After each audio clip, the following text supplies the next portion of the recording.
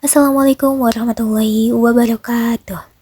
Halo kawan-kawan semuanya, Alhamdulillah ya pada hari ini kita masih diberi kesempatan untuk belajar secara daring. Semoga kawan-kawan semua di rumah dalam keadaan sehat walafiat. Nah, kemarin kita sudah membahas terkait syiar Islam, yaitu menyampaikan ajaran Islam dengan cara dakwah, khutbah, dan tabligh. Nah, pada bab 5 ini kita akan belajar terkait keteladanan ulama Indonesia yang mendunia, di mana berkat semangat dan perjuangannya dalam mencari ilmu dan menyebarkan ajaran Islam, akhirnya mereka memiliki peranan yang besar dalam menyebarkan ajaran Islam dan menjadi ulama-ulama yang masyhur tidak hanya di Nusantara atau di Indonesia, tetapi juga secara global atau istilahnya ulama yang mendunia. Pada bab ini, kita akan sama-sama belajar terkait biografi, karya tulis, dan nilai keteladanan dari Syekh Hamzah Al-Fansuri, Syekh Nuruddin Ar-Raniri, Syekh Abdul Rauf As-Singkili, Syekh Yusuf Al-Makassari, Syekh Abdul Samad Al-Falimbani, Syekh Nawawi Al-Bantani, dan Kiai Haji Muhammad Saleh As-Samarani. Oke, yang pertama kita akan membahas tentang Syekh Hamzah Al-Fansuri. Nah, beliau ini merupakan ulama yang berasal dari Kampung Pansur, Aceh Selatan, yang merupakan pusat pendidikan Islam pada masa Kerajaan Aceh Darussalam. Nah, ia hidup sekitar abad ke-16 Masehi pada masa pemerintahan Sultan Alaidin Riayat Shah IV sampai pada masa awal pemerintahan Sultan Iskandar Muda. Beliau juga merupakan penganut tasawuf aliran Wahdatul Wujud. Nah, ilmu agamanya diperoleh dari berbagai wilayah. Selain itu, ia juga menguasai ilmu fikih, filsafat, ilmu kalam, tarikh, tasawuf, mantik, serta fasih berbagai bahasa seperti Farsi, Melayu, Jawa, Urdu, dan Arab. Selanjutnya untuk karya tulis sendiri, Syekh Hamzah Al-Fansuri ini banyak menulis kitab dan syair-syair. Puisi yang ditulisnya tergolong syair al-kasyaf wa al-ilham, yaitu sajak yang berdasarkan ilham dan bertema cinta kepada Allah Subhanahu wa Ta'ala. Nah, di antara karya beliau yang berbentuk kitab adalah Syarah Al-Syikin yang berisi masalah tarekat, syariat, hakikat, dan ma'rifat. Selanjutnya ada Al-Muntahi yang berisi ajaran Wahdatul Wujud yang diekspresikan dalam bentuk puisi. Selanjutnya ada Kitab Asror Al-Arifin Bil Bayan Al-Ilmu As-Suluk wa At-Tauhid yang membahas ilmu tauhid dan tarekat. Selanjutnya juga ada Rubai Hamzah Fansuri yang berisi inti ajaran Wahdatul Wujud yang berbentuk puisi juga. Nah, itu tadi beberapa buah karya dari Syekh Hamzah Al-Fansuri. Nah, sekarang kita belajar terkait nilai keteladanan apa sih yang didapat dari beliau. Yang pertama, Syekh Hamzah Al-Fansuri ini telah berjasa dalam mempelopori penulisan puisi-puisi Islami yang sulit ditandingi kedalaman maknanya. Nah, beliau juga merupakan orang pertama yang memperkenalkan syair dan puisi 4 baris dengan sajak akhiran A. Ternyata beliau ini cukup berjasa dalam hal sastra ya kawan-kawan. Sedangkan di bidang bahasa, ia sukses juga mengangkat bahasa Melayu sebagai bahasa intelektual modern yang mendunia gitu pada masa itu. Kemudian pada bidang filsafat, sastra dan ilmu tafsir, ia berhasil mempelopori metode takwil atau hermeneutika kerohanian. Nah, terbukti dengan terbitnya karya tulis dengan judul Asror Al-Arifin atau artinya rahasia ahli makrifat. Nah, kitab ini membuktikan kepiawaiannya dan keluasan ilmu beliau pada ilmu metafisika, logika, teologi, estetika, dan epistemologi. Nah, apa sih itu metafisika, logika, teologi, dan beberapa istilah tadi? Nah, itu merupakan istilah-istilah yang tak asing di dalam belajar berfilsafat gitu ya. Nanti teman-teman pasti akan mengenal secara mendalam terkait makna-makna yang tadi. Oke, itu tadi terkait biografi, karya tulis, dan juga nilai keteladanan dari Syekh Hamzah Al-Fansuri. Nah, kita lanjut membahas terkait Syekh Nuruddin Ar-Raniri. Nama lengkapnya adalah Nur ad-Din Muhammad bin Ali Hasanji bin Muhammad Hamid Ar-Raniri. Nah, ia lahir di daerah Ranir, India pada akhir abad ke-16 dan wafat pada 22 Zulhijjah tahun 1096 Hijriah atau 21 September tahun 1685 Masehi. Nah, ia belajar ilmu agama di kota Ranir, kemudian ke Hadramaut, lalu pada tahun 1030 Hijriah, ia melaksanakan ibadah haji sekaligus belajar ilmu agama. Nah, setelah menguasai ilmu agama gitu ya di Arab itu, ia pergi ke Aceh dan tiba di sana pada 6 Muharram tahun 1047 Hijriah yang bertepatan pada masa pemerintahan Sultan Iskandar Sani. Di Aceh, ia menjadi figur yang sangat berpengaruh, terlebih karena posisinya ini sebagai penasihat raja. Selanjutnya ada beberapa karya dari Syekh Nuruddin Ar-Raniri. Di antaranya itu ada As-Sirat Al-Mustaqim yang artinya jalan yang lurus. Nah, kitab ini berisi ajaran sholat, zakat, puasa, haji, hukum kurban, serta hukum halal dan haram. Nah, yang kedua ada Durat Al-Faraid bi Syarhi Al-Aqaid yang artinya mutiara kewajiban-kewajiban dalam akidah yang berisi tentang akidah. Yang ketiga itu ada Hidayah Al-Habib fi At-Targhib wa At-Tarhib yang artinya petunjuk yang mencintai dalam kehendak dan kekuasaan. Ini berisi 831 hadis dalam bahasa Arab dan Melayu dan ditulis pada tahun 1045 Hijriyah. Nah, selanjutnya ada Bustan As-Salatin fi Zikir Al-Awwalin wa Al-Akhirin. Itu artinya taman para raja dalam menyatakan permulaan dan kesudahan setiap kejadian. Nah, selanjutnya ada Lataib Al-Asrar yang artinya kelembutan-kelembutan rahasia. Nah, kitab ini berbahasa Melayu dan berisi ajaran tasawuf. Selanjutnya ada Al-Akhbar Al-Khirah fi Ahwal Al-Qiyamah yang artinya kabar-kabar terakhir perihal hari kiamat. Selanjutnya ada nilai keteladanan dari Syekh Nuruddin Ar-Raniri. Nah, ini merupakan ulama yang memiliki keahlian di berbagai bidang keilmuan ya, mulai dari tasawuf, teologi, politik, bahkan merupakan seorang ahli fikih juga beliau ini. Nah, beliau juga berhasil menyebarkan Islam meskipun tinggal hanya dalam waktu yang singkat saja. Selanjutnya, beliau juga berhasil menghubungkan antara tradisi Islam di Timur Tengah dengan tradisi Islam di Nusantara. Nah, selanjutnya ada Syekh Abdul Rauf As-Singkili. Beliau juga terkenal dengan nama Tengku Syiah Kuala. Nah, ia lahir di Singkil, Aceh, yang sekarang itu masuk daerah Kuala Aceh pada tahun 1024 Hijriah atau 1615 Masehi dan wafat pada tahun 1693 Masehi dalam usia 73 tahun. Ilmu agamanya diperoleh dari ayahnya serta ulama-ulama di Pansur dan Banda Aceh. Nah, kemudian ia menunaikan ibadah haji sambil belajar agama kepada para ulama di Timur Tengah. Nah, ini ada beberapa karya tulis dari beliau. Yang pertama itu tentang ilmu fikih atau hukum Islam. Nah, yang kedua itu ada Terjuman Al-Mustafid yang merupakan kitab tafsir Al-Quran berbahasa Melayu. Nah, selanjutnya itu ada Mawaiz Al-Badi merupakan kitab akhlak yang berisi nasihat-nasihat. Selanjutnya ada Tanbih Al-Masyi merupakan kitab tasawuf dan ada beberapa kitab lainnya juga. Nah, selanjutnya ada nilai keteladanan dari Syekh Abdul Rauf ini. Nah, beliau ini merupakan ulama yang produktif sekali menulis kitab ya. Bahkan ia pernah dipercaya sebagai mufti kerajaan Aceh pada masa itu. Nah, ia sangat berpengaruh bagi perkembangan Islam di Aceh dan berhasil meredam isu-isu politik yang bergejolak di kerajaan tersebut. Nah, selain itu, ia lebih mengutamakan sisi kekuatan moral dan etika. Nah, menurut As-Singkili, kekuasaan yang kuat tidak untuk memvonis sesat orang lain gitu ya, tetapi menegaskan bahwa kerukunan sesama Islam itu harus terus terbina, baik mereka yang menganut paham wahdatul wujud misalnya ataupun penolak paham tersebut. Jadi, Syekh Abdul Rauf ini sangat mengutamakan kerukunan umat. Next ada Syekh Yusuf Al-Makassari. Nah, beliau ini lahir di Goa, Sulawesi Selatan pada 8 Syawal tahun 1036 Hijriah dan wafat di Tanjung Harapan, Afrika Selatan pada 22 Zulkaidah tahun 1111 Hijriah.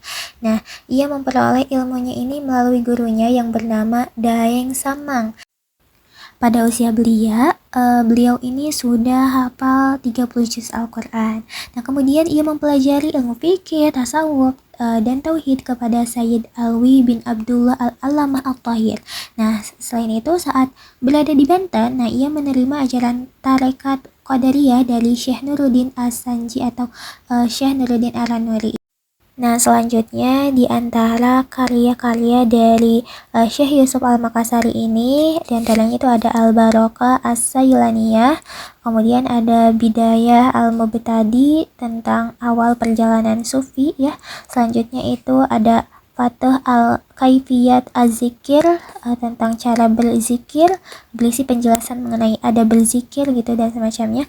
Lalu kemudian ada Al-Fawaid Ayusufiyah fi Bayan Tahqiq As-Sufiyah yang berisi kata-kata Syekh Yusuf tentang hakikat tasawuf. Kemudian ada Qurat Ain dan karya-karya lainnya seperti Sir Al-Asrar, Taj Al-Asrar fi Tahqiq Masyarih Al-Arifin dan lain-lain. Nah, adapun nilai keteladanan dari Syekh Yusuf Al-Makassari ini, yang pertama, kan beliau itu dulunya itu pernah diasingkan ke Afrika Selatan dan Sri Lanka oleh penjajah Belanda. Nah, namun hal tersebut itu tidak menyurutkan langkah dakwah Islamiyahnya. Nah, sehingga di tengah pengasingan itu, beliau itu menjelma menjadi tokoh berpengaruh di Afrika Selatan. Nah, ia juga terkenal sebagai ulama intelektual, sufi, dan pejuang sejati, namun tetap rendah hati. Nah, beliau juga sangat semangat dalam mencari ilmu, tidak hanya di satu tempat. Nah, beliau juga mengajarkan kepada murid-muridnya agar senantiasa menjaga kesucian, khususnya kesucian batin gitu ya, dari segala macam dosa dan maksiat. Nah, selanjutnya ada Syekh Abdul Somad Al-Falimbani. Jadi beliau ini lahir di Palembang pada tahun 1116 Hijriah dan wafat pada tahun 1203 Hijriah. Nah, ini beliau ini ayahnya ini berasal dari Yaman yang bernama Syekh Abdul Jalil. Kemudian ilmu agama dari Syekh Abdul Somad ini juga diperoleh dari ayahnya sendiri dan sempat belajar juga di pondok pesantren di daerah Patani, Thailand. Beliau juga mempelajari fikih mazhab Imam Syafi'i, kemudian belajar ilmu usuluddin juga menurut paham Ahlus Sunnah wal Jamaah yang bersumber dari Imam Abul Hasan Al-Asy'ari dan Syekh Abu Mansur Al-Maturidi. Nah, selanjutnya ada karya-karya dari Al-Falimbani, itu diantaranya yang pertama ada Zohra Al-Murid fil Bayan Kalimah At-Tauhid yang berisi ilmu mantik dan usuluddin. Kemudian yang kedua itu tentang keutamaan jihad fisabilillah, nah sehingga menginspirasi para pejuang melawan penjajah Belanda. Nah, yang ketiga itu Tuhfah Al-Raghibin fi Bayan Haqiqah Iman Al-Mu'minin wa ma yufsiduh fi riddah Al-Murtadin yang berisi ajaran untuk membentengi pengaruh tasawuf yang sesat. Kemudian yang keempat itu berisi wirid-wirid yang harus dibaca pada waktu-waktu tertentu. Yang kelima juga sama, berisi bacaan zikir, doa-doa dan pujian kepada Rasulullah SAW. Nah, selanjutnya ada nilai keteladanan dari Al-Falimbani. Jadi Al-Falimbani ini memiliki pengaruh yang cukup besar di Indonesia, khususnya terkait ajaran tasawufnya. Nah, beliau ini juga merupakan figur yang sangat peduli pada perkembangan sosial agama umat Islam di Nusantara. Pada masa itu, masyarakat sangat menderita ya akibat penjajahan. Nah, oleh karena itu, ia mengobarkan semangat berjuang untuk mengusir para penjajah. Nah, selanjutnya ada Syekh Nawawi Al-Bantani. Jadi, Syekh Nawawi Al-Bantani ini lahir di Tanara, Banten pada tahun 1230 Hijriah dan wafat di Mekah tahun 1314 Hijriah. Ilmu agamanya ia peroleh dari ayahnya sendiri yang bernama Kiai Haji Umar bin Arabi. Jadi sejak usia 5 tahun ia mulai mempelajari ilmu bahasa Arab, Al-Quran, hadis, fikih, dan tauhid dari sang ayah. Nah, hebatnya Syekh Nawawi Al-Bantani ini merupakan salah satu ulama Nusantara yang dipercaya menjadi imam di Masjidil Haram. Masya Allah ya. Nah, dikarenakan keahliannya dalam bidang ilmu keislaman, ia juga memperoleh beberapa penghargaan bergengsi tingkat dunia. Di antaranya ialah Sayyid Ulama Al-Hijaz, yang artinya pemimpin ulama Hijaz, dan masih banyak lagi penghargaan-penghargaan lainnya. Selanjutnya, karya tulis beliau itu yang pertama itu ada Tafsir Munir, merupakan kitab tafsir Al-Quran yang sangat populer ya teman-teman. Kemudian ada kitab Nasuihul Ibad, ada kitab Moroki Al-Ubudiyah, kemudian ada Kashifa Asyaja yang berisi komentar atas kitab Safinatun Najah karya Syekh Salim Samir. Kemudian ada kitab Mirqat Su'ud At-Tasdiq dan beberapa kitab lainnya yang sangat populer. Nah, selanjutnya ada nilai keteladanan dari Syekh Nawawi Al-Bantani ini. Nah, jadi beliau ini merupakan salah satu ulama sufi yang mengedepankan toleransi dalam aktivitas sosial dalam bermasyarakat untuk saling menghargai satu sama lain. Jadi, membolehkan praktek tarekat apa saja gitu ya selama tidak bertentangan dengan Islam. Nah, selanjutnya ia juga merupakan seorang pembelajar sejati yang selalu bersemangat dalam berburu ilmu. Nah, karyanya banyak berisi syarah yang padat tentang karya ulama terdahulu dan disajikan dengan uraian yang sangat mudah dipahami oleh pembacanya. Pemikiran pendidikan Syekh Nawawi Al-Bantani masih sangat relevan untuk diterapkan di masa kini, di mana ia mengungkapkan bahwa sebenarnya tujuan pendidikan Islam adalah mengutamakan penanaman akhlak yang mulia. Next, yang terakhir ada Kiai Haji Muhammad Soleh As-Samarani. Ia juga dikenal dengan nama Mbah Soleh Darat. Jadi, Mbah Soleh Darat ini lahir pada tahun 1235 Hijriah di Kedung Cemlung, Jepara. Ia wafat di Semarang pada tahun 1321 Hijriah. Nah, selanjutnya sejak kecil Mbah Soleh Darat ini dididik oleh ayahnya yang bernama Kiai Haji Umar untuk belajar ilmu-ilmu dasar Islam. Kemudian ia juga melanjutkan belajar kepada Kiai Haji Syahid Pati Jawa Tengah, kemudian ke Kiai Haji Muhammad Soleh Asnawi dan kepada ulama-ulama lainnya. Ia menjalankan ibadah haji bersama ayahnya dan mendalami ilmu agama kepada ulama-ulama di Makkah. Nah, setelah menguasai ilmu agama, ia mendapatkan izin untuk mengajar di Makkah dan banyak muridnya yang berasal dari Melayu dan Jawa. Kemudian ia memutuskan kembali ke Indonesia atau tepatnya ke Semarang untuk mengabdikan hidupnya bagi tanah air tercinta. Selanjutnya, karya-karya dari beliau ini cukup banyak, diantaranya ada Majmu'ah Asy-Syari'ah Al-Kafiyah Lil Awam yang berisi ilmu syariat untuk orang awam. Kemudian ada Al-Hakim yang berisi kutipan-kutipan dari kitab Tasawuf Hikam karya Syekh Ibnu Athaillah As-Sakandari. Kemudian ada Munjiat yang merupakan kitab tasawuf. Kemudian ada Lataif At-Thaharah yang merupakan kitab yang membahas tentang hukum bersuci. Ada Faid Ar-Rahman, dan masih banyak lagi kitab-kitab lainnya. Terakhir ada nilai keteladanan dari Mbah Soleh Darat ya, atau Kiai Haji Soleh Darat. Nah, jadi beliau ini merupakan sosok penjelajah ilmu yang selalu belajar agama dari satu guru ke guru lainnya. Jadi beliau ini selalu haus akan ilmu dan senantiasa bersemangat untuk mencari ilmu. Kemudian meskipun ia sudah nyaman mengajar di Mekah, sudah diizinkan untuk mengajar di Mekah, tapi ia tetap memutuskan untuk kembali ke tanah air tercinta dan mengabdikan dirinya di Indonesia dan mendirikan pondok pesantren di daerah Darat, Semarang. Beliau juga merupakan orang pertama yang menerjemahkan Al-Quran ke dalam bahasa Jawa. Hal tersebut merupakan bentuk perlawanan sang Kiai Soleh Darat terhadap penjajah Belanda yang saat itu melarang penerjemahan Al-Quran. Masya Allah.